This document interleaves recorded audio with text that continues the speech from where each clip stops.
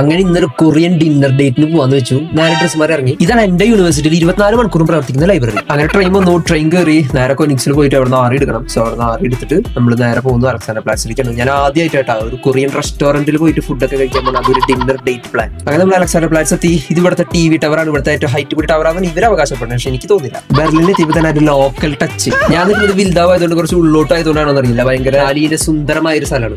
Berlin ഭയങ്കര over populated ആണ്. പിന്നെ അതുപോലെ തന്നെ കുറെ ഉണ്ട് അവിടെ ഫുൾ അലമ്പ്.